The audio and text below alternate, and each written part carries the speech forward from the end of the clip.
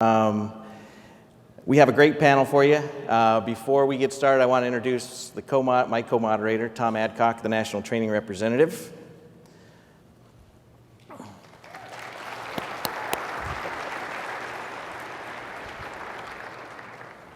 Thanks. I can't tell you how excited I am to be up here today having this conversation about training.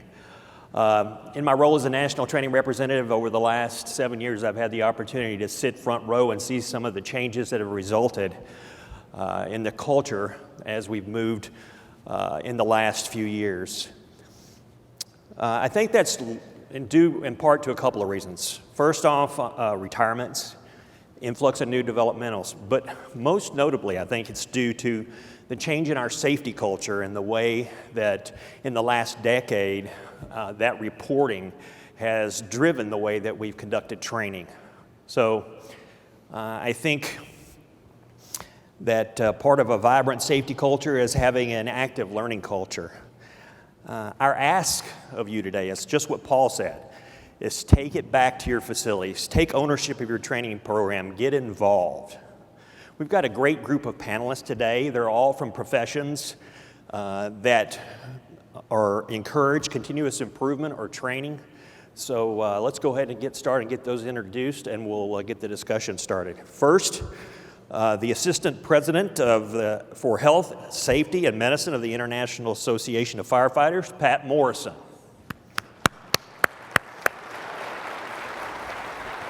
Next, we have Captain Frank Cheeseman, the Human Factors and Training Group Chairman from the Airline Pilots Association. Ron Kittle, former Major League Baseball player and currently an ambassador for the Chicago White Sox. And last but not least, we have John Allison, who is a former Blue Angels pilot.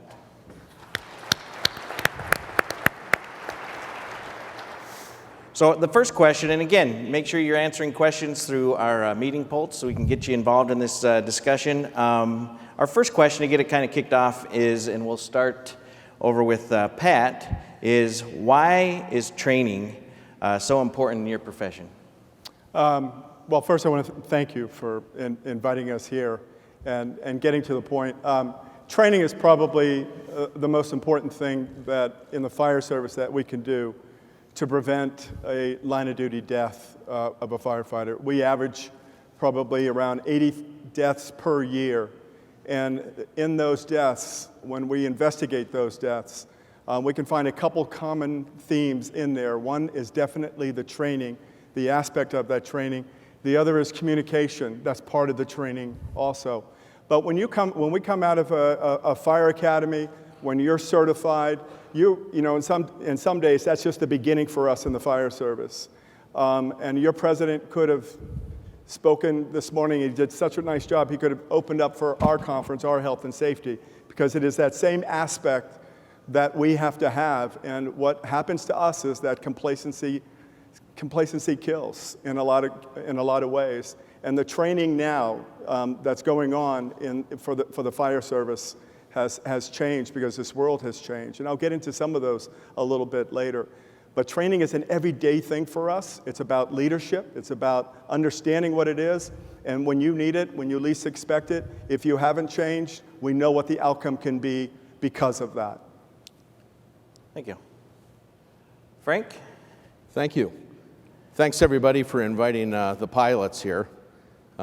Particularly special thanks to you guys for putting a panel together. We thank you very much. At the Airline Pilots Association, we 62,000 plus members that fly in North America and both US and Canada, we know you. We're friends. The difference is that we've never met you in most cases, personally. But we want to thank you for what you do for us every day.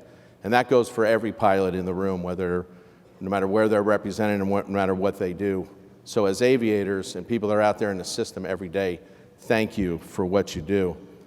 Now you ask about pilot training, and training in general in the workplace, is it important? Well, if you take a look at just a quick slide I threw up there, at the bottom of the slides, our slogan, it's more than a slogan, it's what we feel, it's in our DNA. We are trained for life. Train for life happens every day. It's part of our DNA, At every one of our member airlines and the airlines that we fly for, we are advocates for training every day. So we are trained for life. I wanted to show you a couple of things, just 3 points that we can expand on a little bit later. The one document I'm showing you, courtesy United Airlines, one of our carriers, it's a guide for instructor, evaluators, and developers on how to use proper air traffic control terminology in the simulator when we're under training, when we're going through training. So the first message I have, and we can talk more about it later, is this. Training the trainer is not easy. So whoever you pick to train you, and whatever venue you use, whether it's Major League Baseball, the Blue Angels, professional fire service, you need to spend some time training the trainer, making sure that they're ready to provide proper and inspirational training. Item 2, submitted also there from one of our member carriers is a crew debrief card. One of the things we learned in this business is it's hard to learn from each other because we move from one flight to another and we just keep moving throughout the day. So one of our carriers, and this is United Airlines as well, provided and is now training our pilots to use a crew debrief card. We call it the 5-minute debrief, lessons learned. And it's proven to be very, very valuable. Is it hard to use? Yes, you got to get used to doing it. But the bottom line is we can learn from each other every day. You can do the same after a shift on a console. But it's got to be cultural, and it won't happen overnight. But you can get there. Next slide. And finally, our members at the Airline Pilots Association have invested in our careers, invested in our professionalism. And I will tell you that if you're out flying and you hear from them, they will tell you it's worth it. It is absolutely worth it. It makes for a better career, more fun in the workplace, and more reliant on each other, that higher level of professionalism. So we're here to help. We're partners. We're out there every day with you. We highly respect what you do for all of us, and we're ready to help where needed. Thanks. All right, thank you. How about you, Ron? Ladies and gentlemen, thank you for the invitation to come here to speak. Paul, I understand about the nosebleeds. I've had them 3 days in a row. I thought it was the whiskey, but I didn't drink any this trip. But I'm probably the only one in here that doesn't know anything about aviation, except I got an A in clouds in high school, looking out the window. And the airline prices of the tickets are going up because I travel the world, and my travel's going to slow down one day. But I do know personally what training's all about. I'm a professional athlete in baseball. And it started not just become an athlete. It started when I was a youngster. And you watch somebody prepare themselves, how they get better. And every day I look at something, how can I make myself better, or how can I make somebody else better? As an instructor, a coach, a player, you do new tricks, you do everything you possibly can to enhance your skills to the max. We spoke earlier today, this morning, that you have a better chance to be a dean of a university than you do to become a professional baseball player. Wow. That's pretty slick odds right there. And I got a broad, wide awakening. My first game, I broke my neck. I was paralyzed out of the game. And I was 18 years old, and I'm done. I mean, what am I going to do now? I have no idea. But I had a tough dad. And he taught me, son, get up, work at it, practice, be the first one there, the last one to leave, every single day. And to this day, I'm 61 years old. I'm a tough daddy on my 2 kids. And they know I will never, ever let anybody outwork me. I would rather die of a heart attack than let that happen. And I showed John a picture back here on my phone of my dog. I like my dog better than my kids. And they have to prove to me to be better. So every day I challenge my kids. And it's how you prepare your mornings, your afternoons, and your nights. And I'm also the only guy that struck out 4 times in Yankee Stadium with 63,000 people. Okay. But you guys can't do that. Then you got to show up the next day and try to do it again. But I know you got a tough job. Like I said, I travel a lot, and every day when that plane's taking off, I hope you guys are at your best for me and every other individual that's on a plane out there, and I appreciate that. Thanks, Ron. John?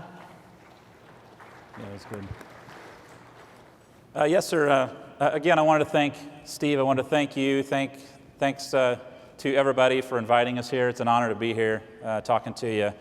I had a unique experience. I did 20 years in the Navy. I was a F-18, F-35 pilot. And 3 of those years, I was fortunate enough to be able to fly for the Blue Angels.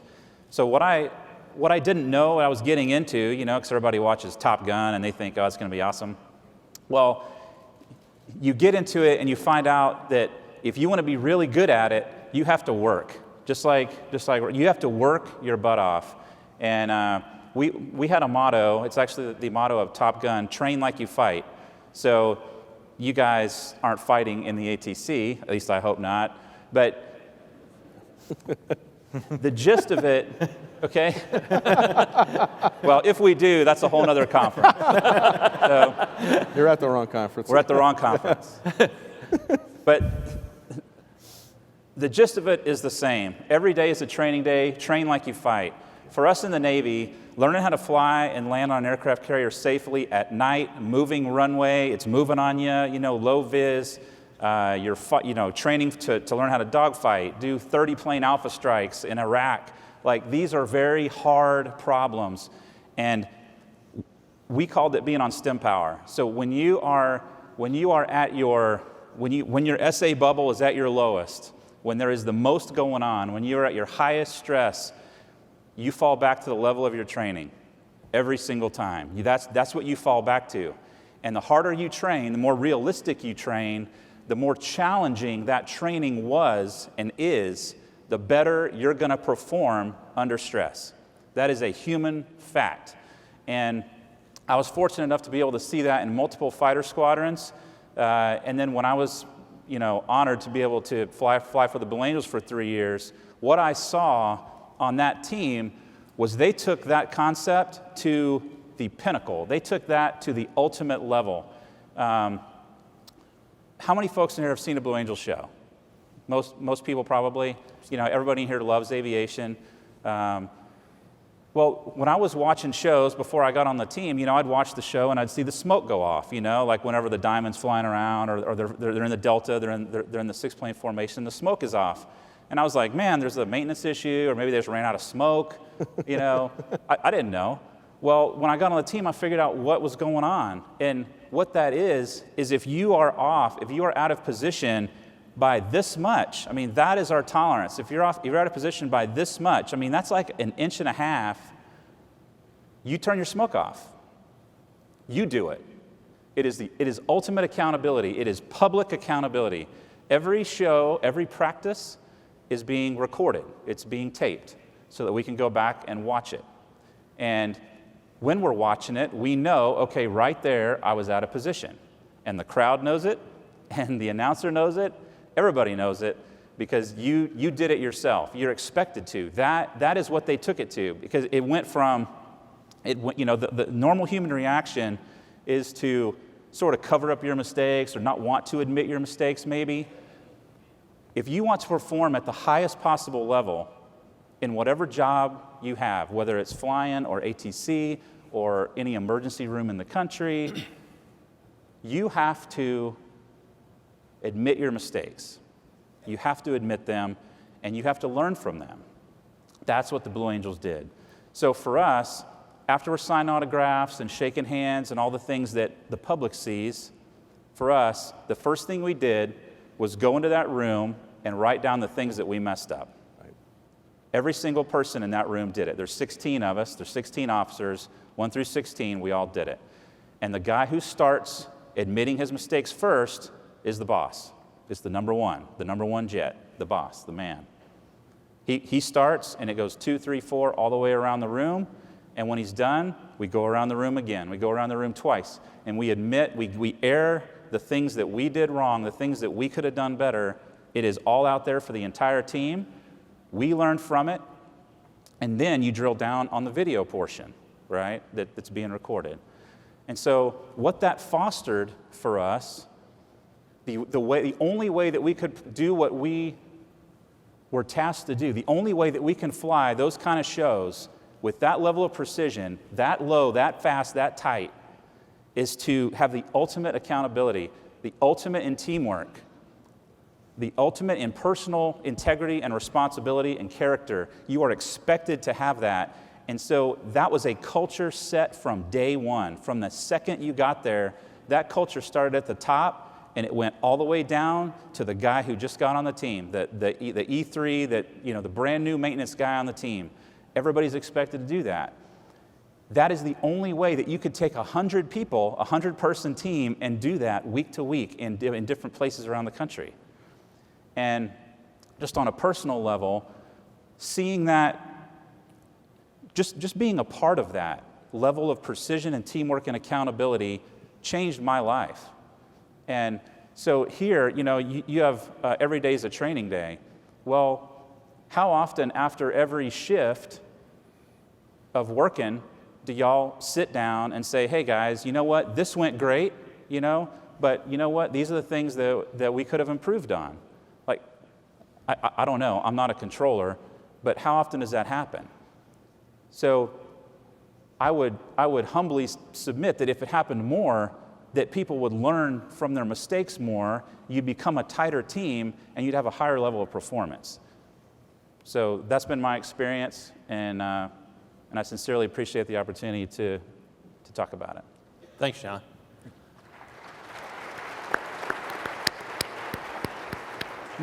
So there's some questions, as you can see, and we don't want to ignore them, but I will tell you that the number one question that has 41 votes right now, I'm going to defer that. I don't want to ignore it, but I think the proper time to ask that question is the 9 o'clock panel tomorrow. Yeah. We have some really good, capable people on that panel. It's the Air Traffic Control Training Panel, moderated by our Executive Vice President, Trish Gilbert, and the Deputy COO, Tim Morrell. So I think that's probably the better place for that. But I like that next one. Go ahead, Tom. What methodologies do you employ to mitigate drift and burnout?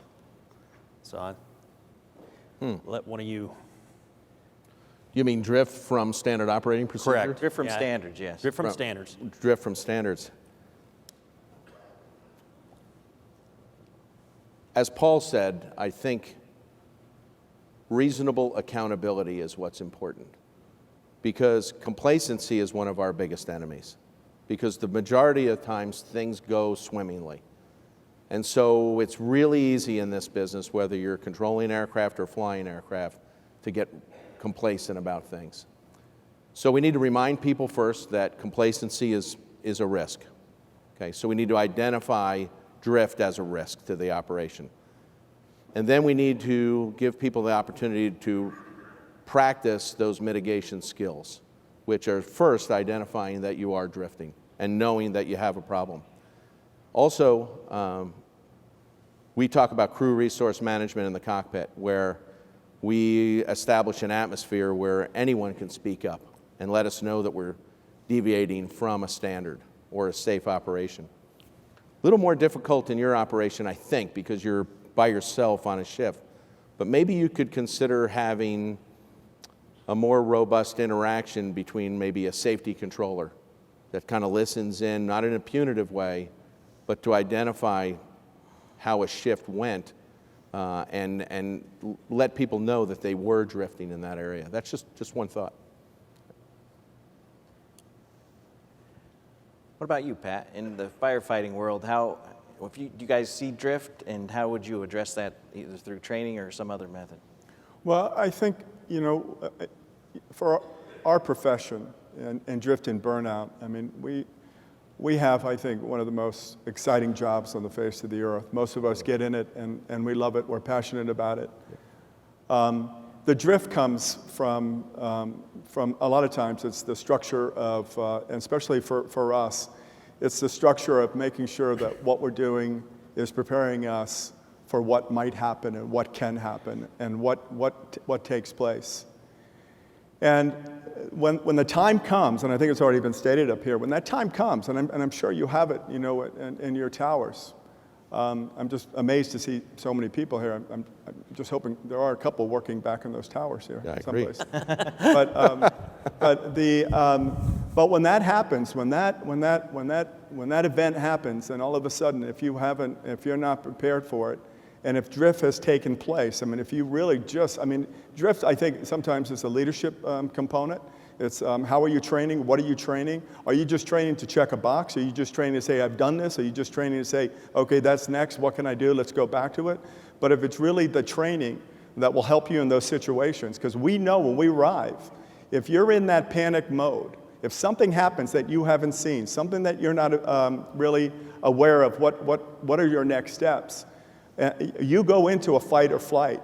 That cortisol just fills up right away, and all of a sudden, you can't even tie your shoe the correct way all of a sudden under that extreme stress, unless you have that stored information, unless you've been training in those situations. And that's what we've seen, and that cortisol change for us. When you're underneath that, the only way you can control that and mitigate that is through training. That's the only thing. But you have to make, training doesn't have to be boring. It can be exciting. It can be very exciting. Okay. Thanks. Anybody else have anything to add to that, John? Or Ron? Steve, I have a question. Yeah, go ahead. Ron, 162 baseball games, right? And sometimes you can go 20 days in a row without a day off, right? Talk about burnout, right? It's hard for me to compare baseball or any professional sports to your job. I've been in a tower once or twice before due to who I am, and they know me, and I know a couple of the guys, and I look up there in the planes at O'Hare, and the only word I can say is, holy shit. And I know what stress is, and I know what pressure is, and I was taught this as a young age. And I grew up really quick. I'm not bringing back the broken neck and I was paralyzed with a halo, but you grow up. You mature instantly if you want to get out of that mode. And my dad said, are you going to get up or are you just going to lay in bed? This is 10 minutes after surgery. And I remember him telling me personally, he said, you know what pressure is? Is when you got 6 children and no job. That's pressure. The rest of it's pretty easy out there.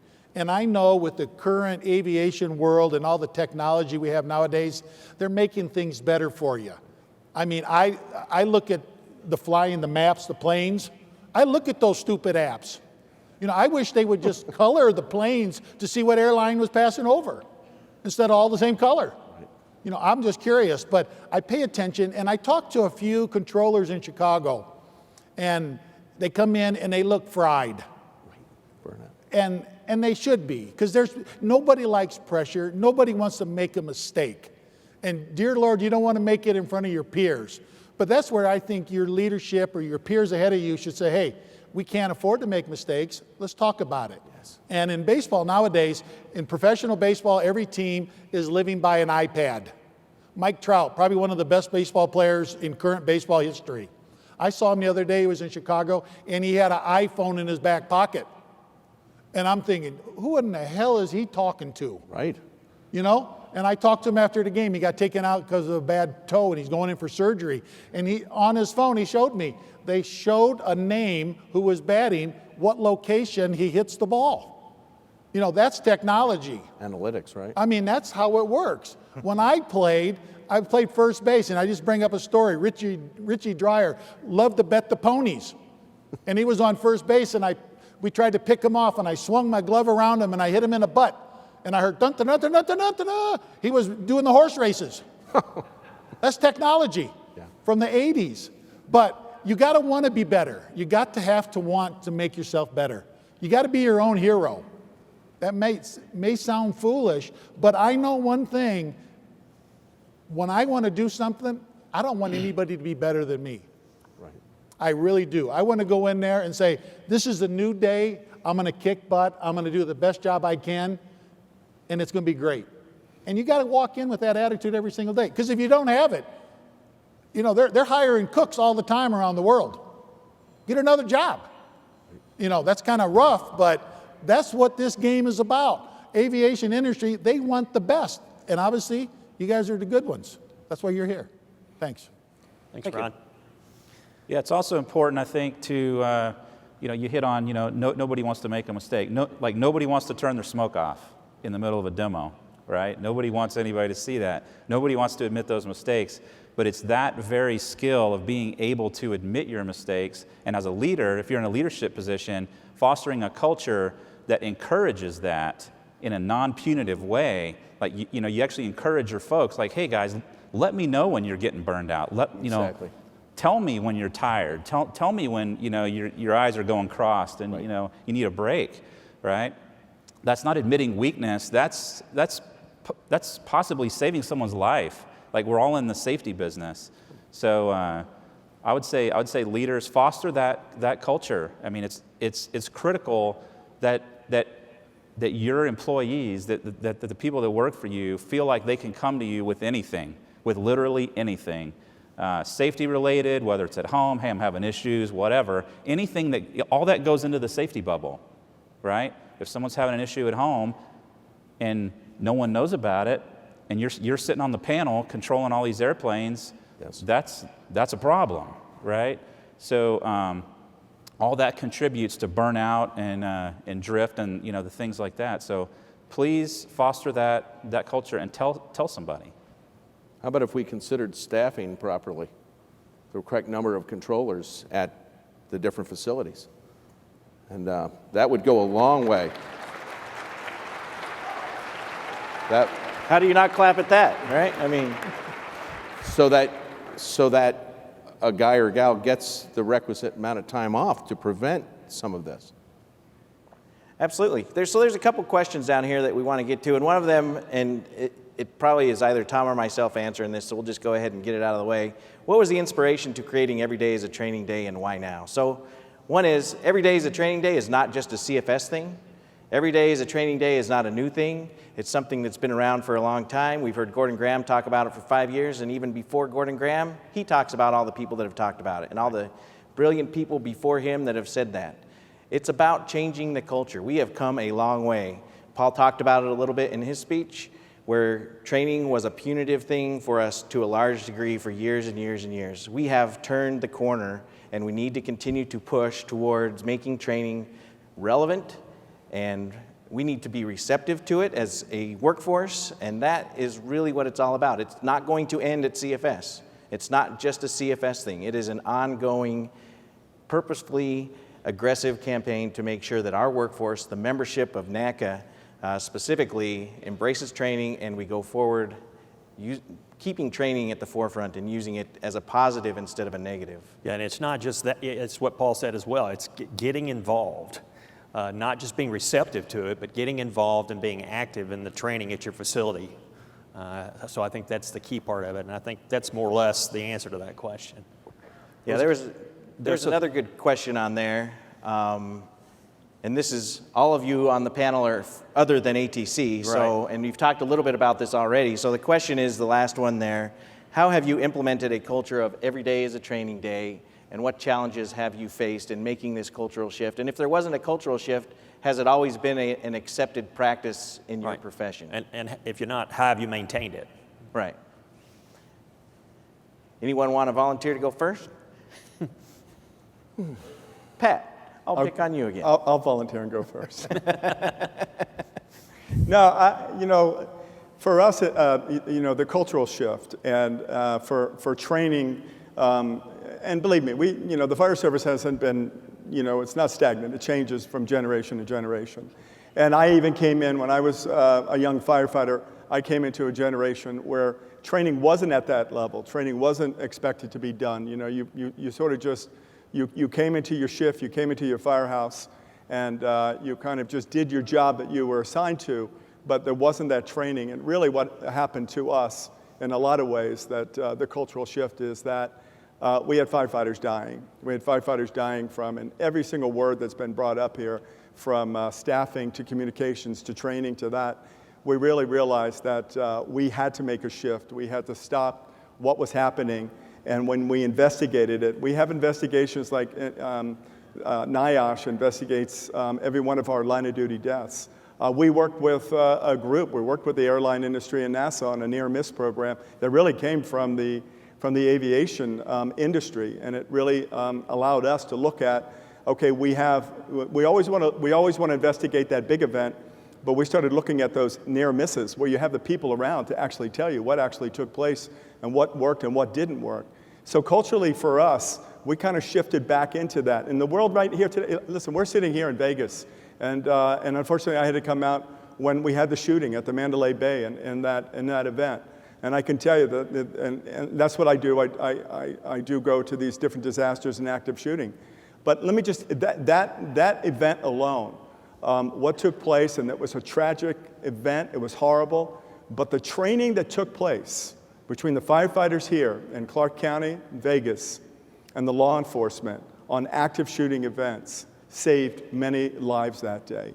And it was amazing that training, and you don't think that that's going to happen. Why would they have trained? This was a soft target, but how did they train and how did they do it? So they automatically, that whole fire department shifted into saying that we are going to do this. And even working, cops and firefighters working together going in, and we have a whole new approach now in active shooting. We don't wait until they kill the shooter. We get into what we call a warm zone because they're alive. Individuals that are still alive that we want to get to the hospital within under an hour, and that actually took place. So I think for us, I think it's the world, I think it's what we're doing. I love this next generation of young firefighters coming up and challenging us and making sure that it is. I agree that these millennials, I have 3 of them, you know, that I love, but I prefer them to live in their own houses, someplace away. And there was a bumper sticker that said on the car, it said, you know, my house is childproof, but they keep getting in. And, but I think for us in the fire service, we are pushing the envelope. Our health and safety symposium, we are looking at these things that we have to do. And I think we're more in the exciting phase of making sure that we continue to do this in this ever-changing world. Thank you. Thanks, Pat.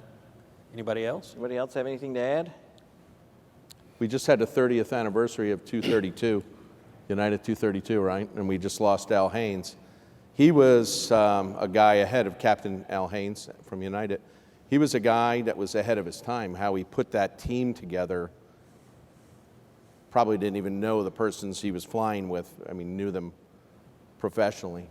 But being able to put a team together that quickly and pull off what they did was amazing. So what I would say is where the airline industry is with crew resource management started many years ago, started a couple of decades ago, and we've built on that.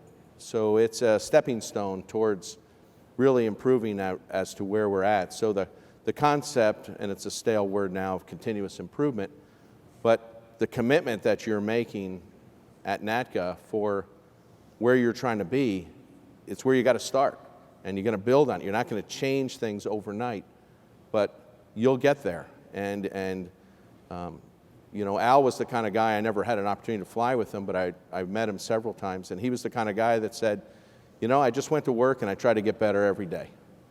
Try to get better. It's the same thing that applies to whatever you do, whether it's the Blue Angels or Major League Baseball or firefighting.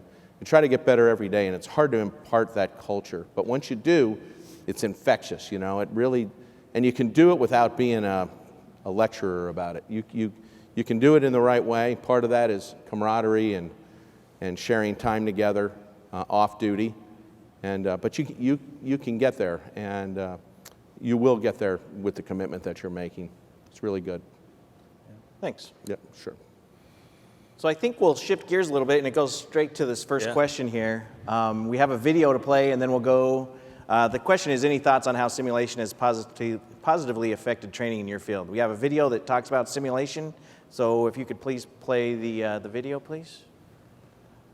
Simulation is not just important, it's critical to success. Think about how you learn to ride a bicycle.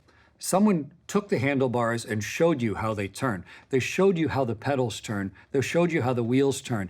You did sort of a background study of a bicycle. And then someone put you on a bicycle, but made sure that you couldn't fall. That was really a bicycle simulator. They were giving you a simulation of what it was going to be like to ride a bike, but without the consequence of failure, a safe set of circumstances to practice your technique. And you turned the handlebars the wrong way many times, and you started leaning, or maybe they stuck training wheels on, or it was a bicycle without pedals so you could work on one skill at a time. But eventually, through incremental simulation, you gained the skill so that for that very first time, you could launch, and you could get on the bike and start pedaling, and you were away. And now you could do something that you couldn't do before. It was because of a training program and simulation that you could do that thing, that you could ride that bike.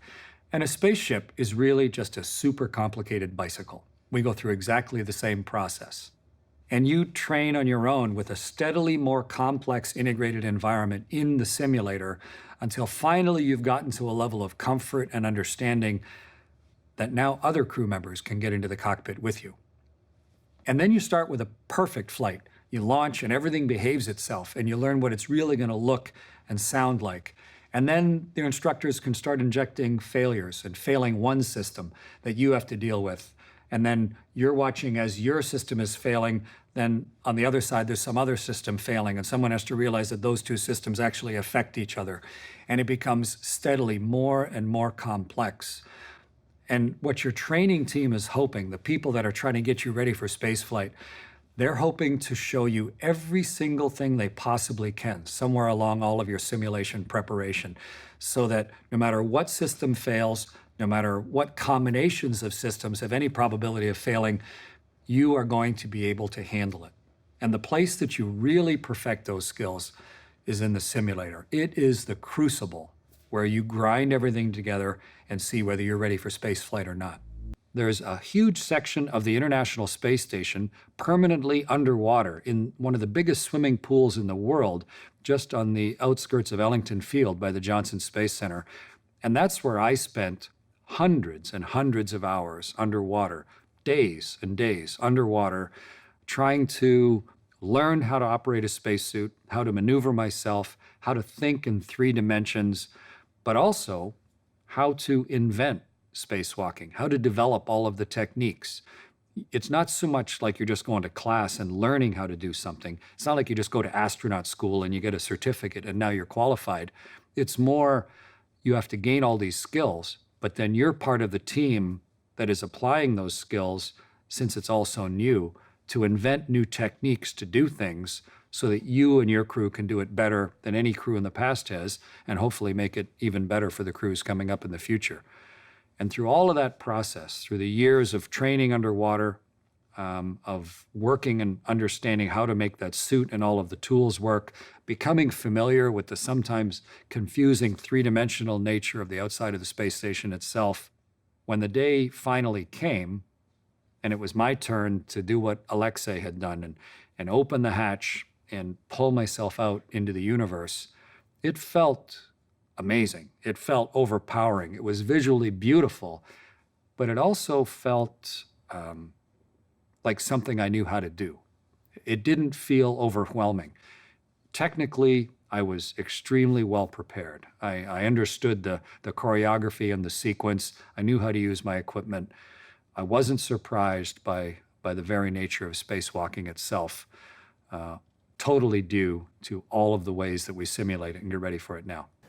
So Chris Hadfield, a commander of the International Space Station, that was him talking about how important simulation was for him and how he embraced it, and it made his job feel, when he got into the real world, just normal. So how, for John, how did simulation help you in your job as a Blue Angels pilot?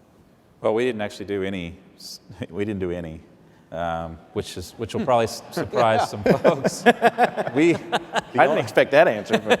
We did 0 sims on the team. The only one we did was our yearly NATOPS check, like safety, very similar to what he just described, where they throw emergency after you, different systems, to make sure you're still safe to fly the F-18.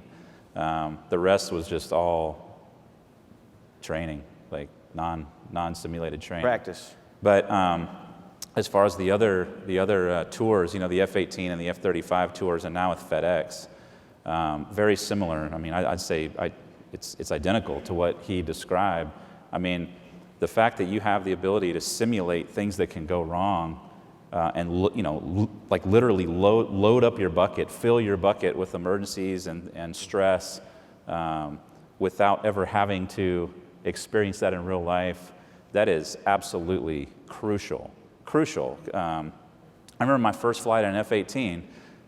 When I hopped in that thing, like Before that, the only thing I'd flown was a T-45, you know, and so now, you know, I've gone through all the simulator stuff in an F-18, and now it's time to go. I'm walking to the jet literally by myself.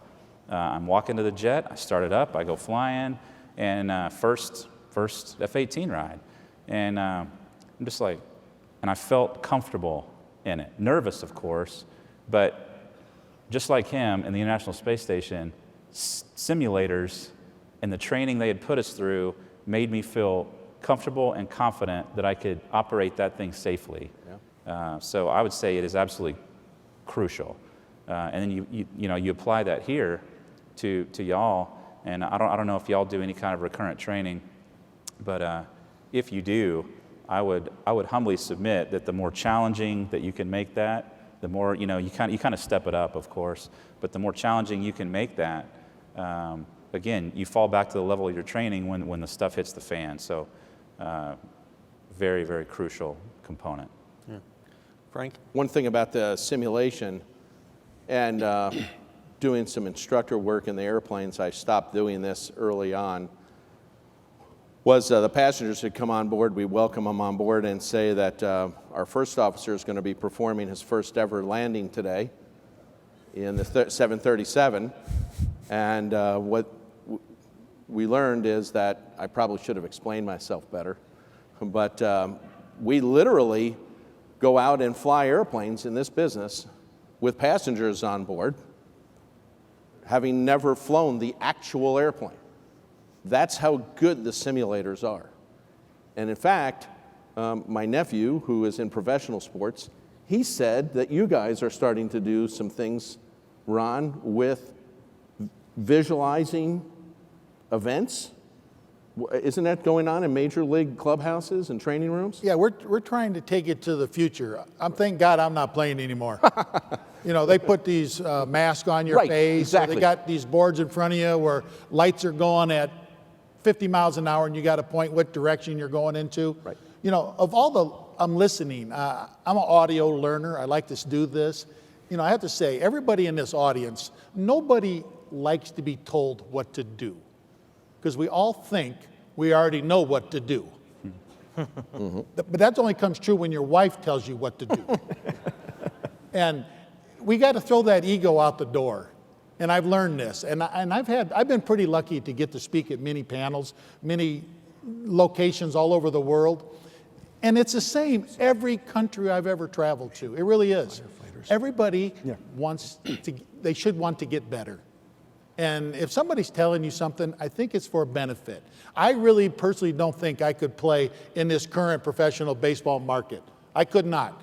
I'm blatantly honest. Sorry.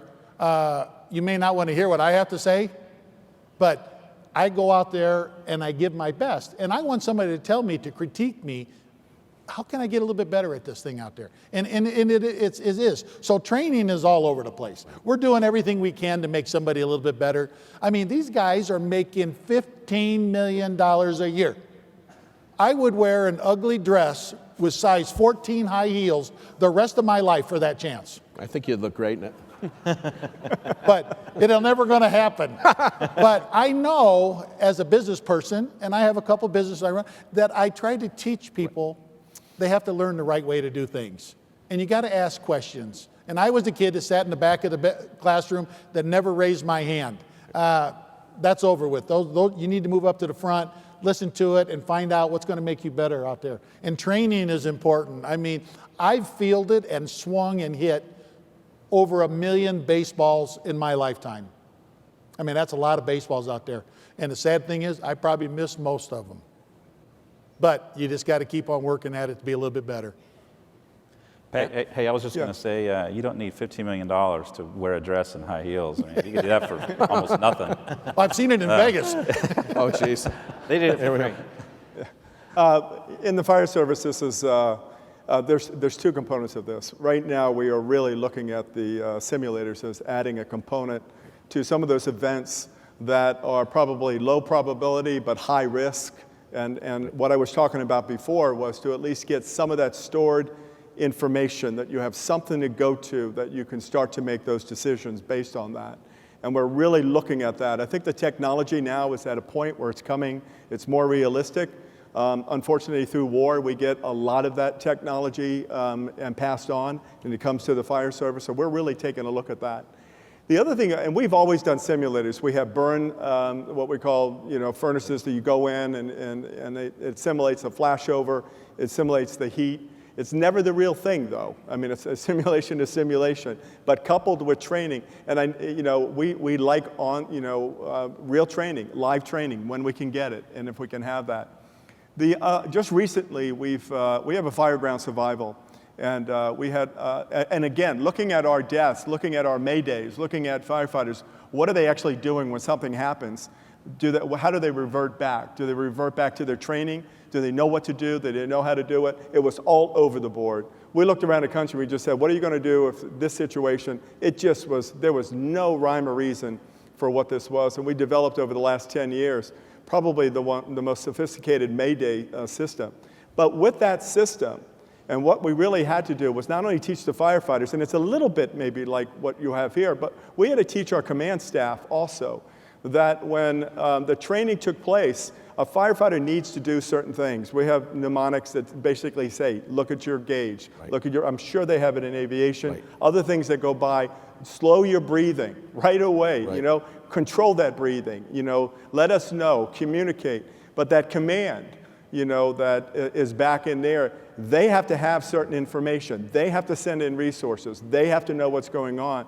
So we've been able to simulate this, I think, at a level that we've already saved many, many lives through that program. And I think that's going to continue. But I think simulation is coming to the point where it's going to assist us rather than be a barrier. And we're kind of like, where do you put it in? How do you put it in? How do you get it out? And how do you make it real? The only thing you don't want bad simulation. Firefighters will see it and go like, hey, this is a joke. That's negative learning. Yeah, it's negative learning. Yep. So you want something that's real, that they can say, wow, that was something that I learned from that experience, and I can use that maybe in another event. Two other little comments on simulation. Yeah. One of the things that we look at in the airline industry is something called line-oriented flight training. And probably the biggest hole in that training, and it's phenomenal training, but the biggest hole in it is we cannot simulate the real air traffic environment. We just can't do it. We've tried for years of piping in background, instructors learning how to do it. So what we learned is simulation's great, but it is not a complete substitute for real-world experience. It never can be. So line mentoring, line experience, whether it's in firefighting or actually playing the game or flying with the Blue Angels. Simulators are great, but at the end of the day, you got to go out and do the mission too, and real-world experience always trumps this. So when we look at pilot licensing throughout the world, we emphasize that at the Airline Pilots Association, that real-world experience is it's foundational. But the sims, we couldn't operate the industry right now without the level of simulation that we have. It's that important. And I would hope that at your training centers for controllers, they're pretty good sims, I would hope. You have simulators, I know, and they should be state-of-the-art, and you should be advocating for the state-of-the-art training for your controllers when they go through school, not outdated, old equipment. You deserve the best. Absolutely. Absolutely. You want to ask? Go ahead. So that's an excellent, I think that was one of the questions that was on earlier that I think would be a great one for the panel tomorrow about the use of simulation in air traffic. So hopefully we'll get a chance to answer that one tomorrow when we do that panel. The third question, did you ever get assigned training that you felt was tedious, but in the end it turned out to be beneficial or crucial to your success? I think all my early training was tedious, and what the hell are we doing this for? And as a young firefighter, and for us, and what I was always and what we're doing now. This is in the fire service. There's a lot of technology out there. A lot of times we got to go back to the basics. We got to go back to that basic training that got us through some of the most difficult times. But if you cannot do the basics, You know, let's don't even look at the complicated calls that you're going to have. But if you cannot do the basics, and if you're not training in that, and that does seem tedious sometimes, you know, raising a ladder, advancing hose, you know, going through this does not, but we can tell, we can bring fire crews up to academies, and we can tell who's training and who's not training, who can do the job effectively and who can't do the job effectively. And it all goes back to that team that is not training effectively on that. So for us, when we look at investigations, we look at line of duty deaths, we look at near misses, and it's where we have to go some days. We have to go back, and it seems tedious in some ways, but it's that repetition, and we've said it over and over again up here on this panel, that is going to be there when you need it. There is only one equalizer when everything is falling apart, and that is your training that you had in the past. That's the only equalizer. Fair enough. So we have another video that we'd like to play, and that'll start the next discussion. If you can go ahead and play that video. We're talking about practice. Discipline goes a long way, especially in the sport of gymnastics, but it means showing up to practice on time, taking every turn that you do into consideration. How I approach the game of basketball is how I approach pretty much every facet of my life. You want to be the best at it. You want to put the time in to, you know, prepare yourself for whatever you're getting yourself into. Practice is something that I absolutely have sworn by my entire life to become a better musician and a more fulfilled artist. You know, musicians have to train their ears to listen to music. Painters have to train their eyes to learn about perspective and how to mix colors. Us in the kitchen, we have to learn how to train our palate and how to season things properly. Because without that, you can buy the most expensive ingredients and the food will taste flat and people won't be happy. I'm getting hungry. So I think the thing that we take away from that is what Paul talked about when he was talking about, it's practice, it's how you practice, making sure that when you're working sims in the labs, that you're actually paying attention. Same thing when you're taking your recurrent training. When you all are getting ready to go into the sims, or Ron, in the case when you're getting ready to go up and start practice, how do you approach it? What's your attitude? What's your thought process when you get ready to start practice for the day or for a game, preparation for a game? You know, everything in professional sports to a time limit. You got 10 minutes to shoot around, 10 minutes of batting practice, 15, everything's on the minute. And it's how you take care of your minutes. And it's also how you see guys go on in their career. Because those guys who didn't take care of their minutes earlier, they get moved out. Somebody's always going to take your place. We talked earlier about, you look through all professional sports, a lot of the great players are not coaches. Right.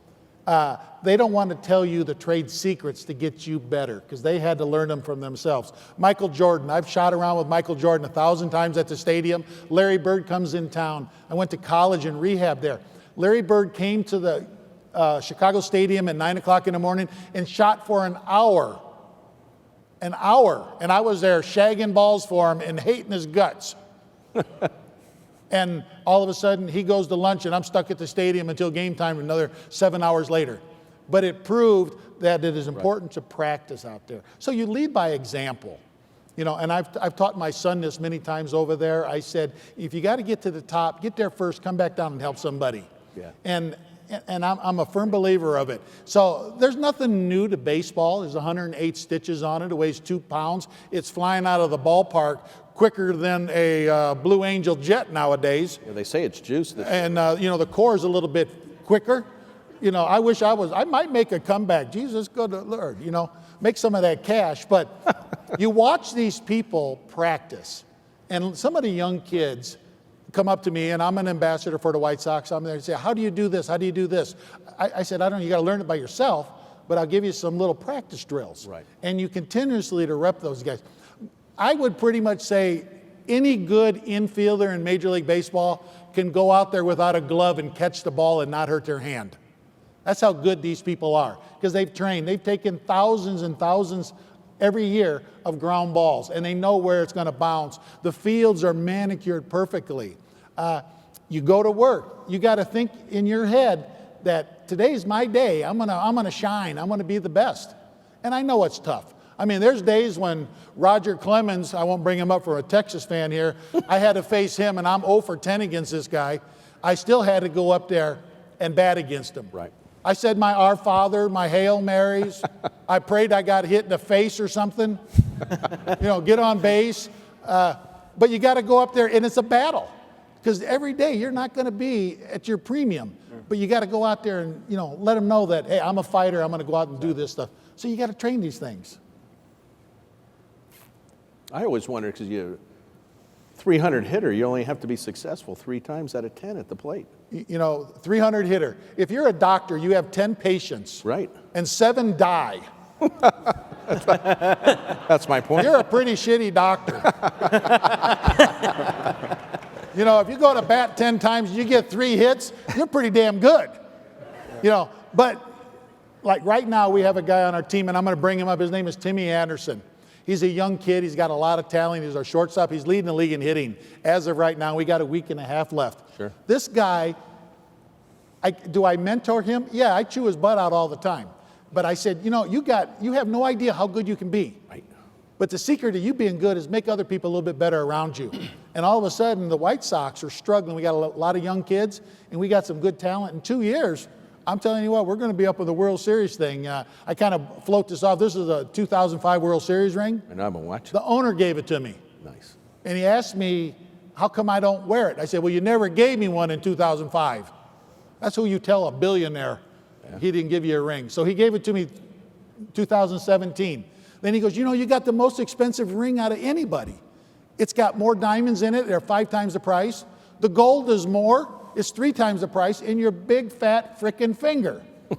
But I wear it proudly because he gave it to me.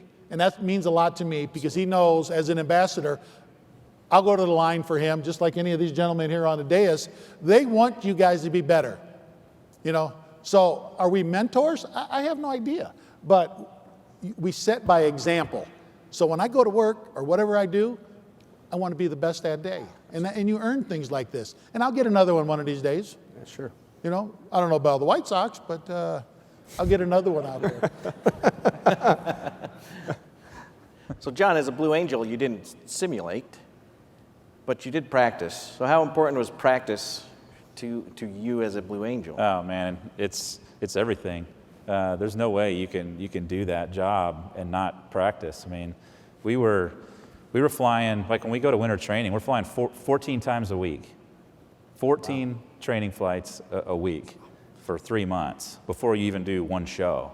And then, then you fly multiple times every day once you start on the show circuit. So you train your butt off, but here's the beauty of it. Like, you threw out the word tedious earlier. Was that tedious? Yeah. The schedule was absolutely brutal. And I didn't really know that going into it.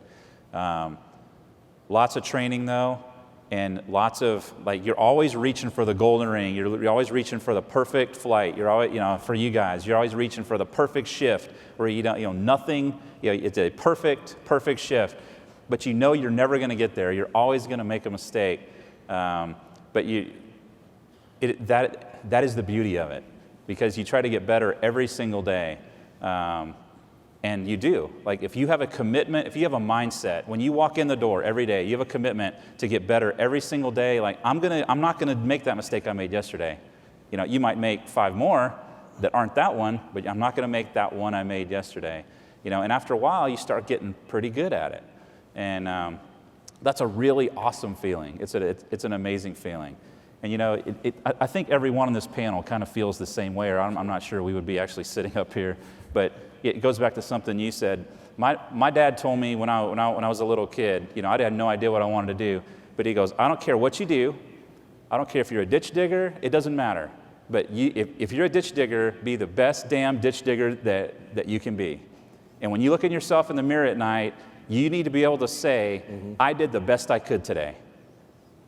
And those are the 2 most valuable things the guy ever told me. Right. And that's how I did it. That's how I was able to do that job. And I think every single one of us approaches our jobs the same way, and I sincerely hope you guys do as well. I agree.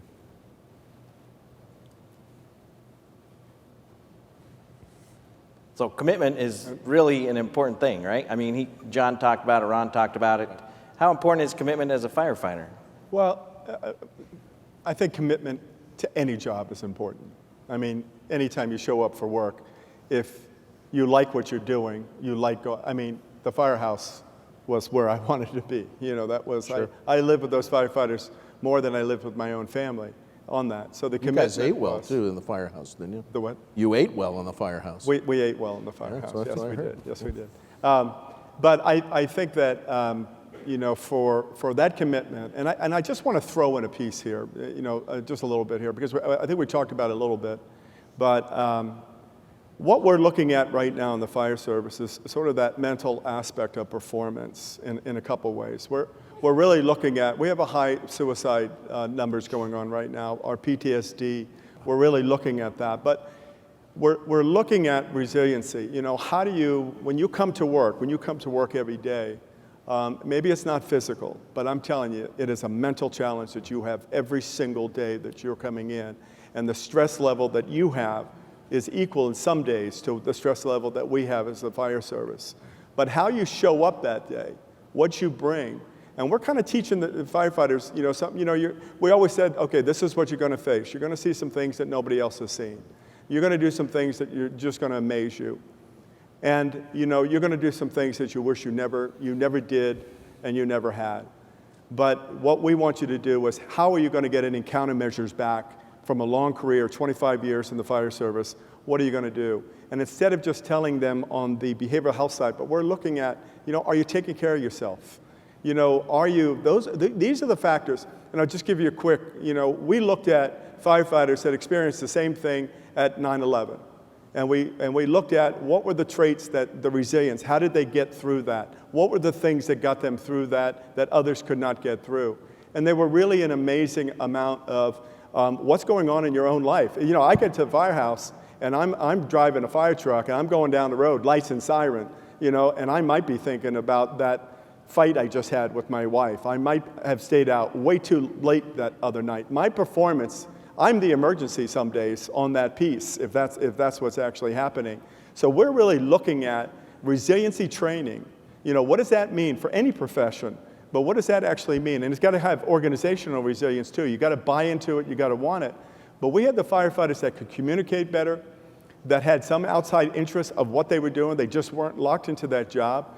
They had some sort of spiritual component. I never would have said that up here, but these are the and they were optimistic. I think what was up here, they had that optimism that things are bad, but I'm optimistic about this world and doing that. They came out better, but their performance was much better on a daily basis, what they were doing, how they were performing, and how they were expected to perform, because they were taking care of themselves in a way that we don't do too often. And we're just bringing that up. This is kind of new for us. Resilience is a word that people bounce back and forth, but we're really looking at it because I think it really plays into everything we do. From everybody up here, it plays into what you need to perform at that high level. Great point. Going down to the questions here, and this is for Ron and John, and you brought up a couple of ideas. I need to be the best and push through complacency. And the person who answered the question, but I also need to admit that I'm burned out for my own mental well-being. How do you blend these concepts to coexist? And that was specifically to Ron and John. So, I'll start this, and I'm not up in a tower seeing what you're doing. But what I've learned over the years is, say there's 5 in a tower, I don't know how many's in there, but you got to understand, you got colleagues. Keep an eye out for the guy next to you. You'll notice some of these things if they're getting a little bit burned out. Sure. Be honest with them. Say, you having trouble? Find out. And it's just what's happening in all these shootings that are going around the country. These parents, 2 parents are working nowadays, they're not paying attention to the kids. And you know, when I was raising my kids, I paid attention to everybody's kid. I knew which was a stupid kid, you know, and I kept an eye on them, you know, and you got to add a little humor into this game because life is really fun. Yeah. We got it made here in the United States. I am telling you, and like I said, I brought up, I'm not bragging, I've traveled the world. Every location I've gone in the world, they want to come to the United States. They're begging to come here. And because we have so much to offer. You know, so when you get a little tired, hey, don't be bashful. Say something. You know, we did it. I mean, I knew when I was burned out, the coaches recognized it. Sure. If you work hard, your superiors know when you're getting a little fried out there. You know, my thinking is I'm a minor league manager and I'm on a bus with 35 guys and a bus driver, and we're going 30 hours up to Winnipeg, Canada from Chicago. How do I motivate my team? I keep that bus at 50 degrees. You know what my job is? To keep the bus driver awake. Oh. So everybody said, Skip, it's like a meat locker in here. I said, dress for it. Learn how to do things in life. And these are life lessons. And I mean, some of the kids that I've coached over the years, I swear they wanted to shoot me. And now they want me to be their best man at their wedding. Because I taught them some hard things to learn, you know, how to prepare themselves. We all get tired. We're all a human. I sleep 3-4 hours a night. You know, if you're on social media and you want to follow something funny, follow me. They think I'm Dr. Phil. I mean, I get 50 messages a day. What do you think of this? I go, holy shit, what do I got to say now? You know, but I tell them I am not a doctor. I have fun. I give them ideas. We all get tired. I saw my dad break his arm ironwork when I was 10 years old, and he put a cast on him. And at breakfast the next morning, he cut the cast off with a steak knife. And I go, where are you going? He goes, I got to go to work. There's no unemployment back then. If you don't eat, 6 kids don't eat. So that attitude has changed a little bit now. But we got to prepare ourselves. And I have friends in every facet of the world in the business, in firefighters, airline pilots, controllers. I know them. I hang with them and we talk. And sometimes that complacency that we got, you can talk through that. You honestly can. But you got to add a little fun into it too. Because he thinks he's weak because he's tired or he's too much. You know, we got to have a superior step in and say, hey, get somebody else in here right now. Bobby needs a break. There's nothing wrong with being honest with people nowadays. I've seen it. You know, not just baseball. I am way more important than baseball. And I was joking earlier, there's 5 things I can't do in life. Sing, dance, do my taxes, and give birth. And I haven't figured out the 5th one yet. It's kind of foolish, right? I wrote a book. I'm the only guy that wrote a book that never read a book.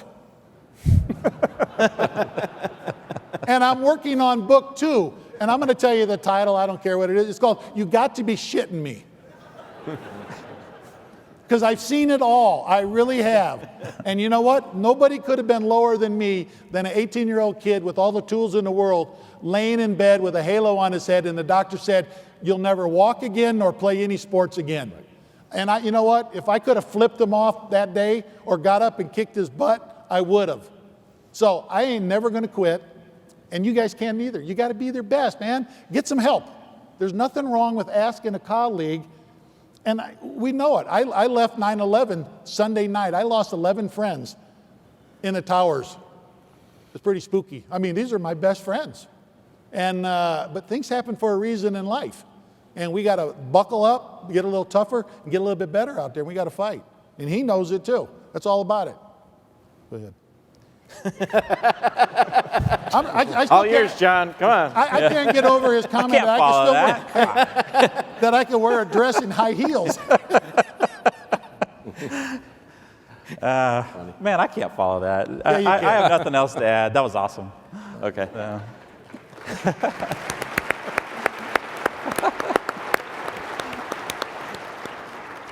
Frank, for you, after certification, did your profession provide an avenue to identify and to address deficiencies in your individual training? And can you share the method? Sure. So airline pilots in this country now, generally, we return to our training departments every 9 months for training. And we receive a couple of simulator periods on each visit. Typically, each period is 4 hours long. And so we train as a crew, and some things are trained to proficiency, and other things are checked, if you will, where we actually have to validate or pass an evaluation on that item. And then we also are subject to line evaluations where we're out flying, and we have inspections, random inspections from the FAA. John's nodding his head over there. You might have had one recently, who knows? And they come out and ride along with us, no notice. We also have company line evaluations, and then every 6 months we have to go see the FAA medical certification team. So in the end, what I can tell you about being an airline pilot is we're probably the most surveilled career I have ever seen in my life.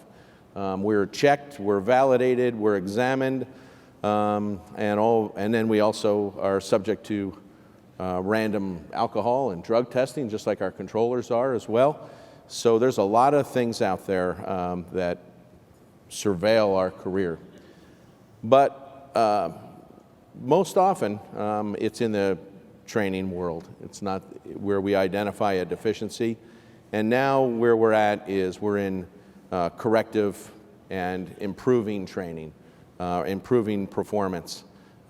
So that's pretty much where those things are identified. However, there's also, like Ron was talking about, there's also a self-disclosure. We have tremendous, robust programs at our airlines, employee assistance programs. We also have in our air safety organization at ALPA, and I know our brothers and sisters at SWAPA and APA have the same programs in place, where we have a wonderful professional standards. I think Paul mentioned earlier today, professional standards, pilot assistance. So there are so many pieces out there that can help an aviator in their professional lives. There's just, it's just sometimes it's hard for us to admit that, what you were just saying, Ron, it's hard to admit that, you know, after a 30-year career, I might need a little help. But that's pretty much how we identify those deficiencies and correct those. Thanks. Frank. Sure. Very good. So before we go to our next video, which we're going to end the panel on, please join me in giving our panelists a round of applause.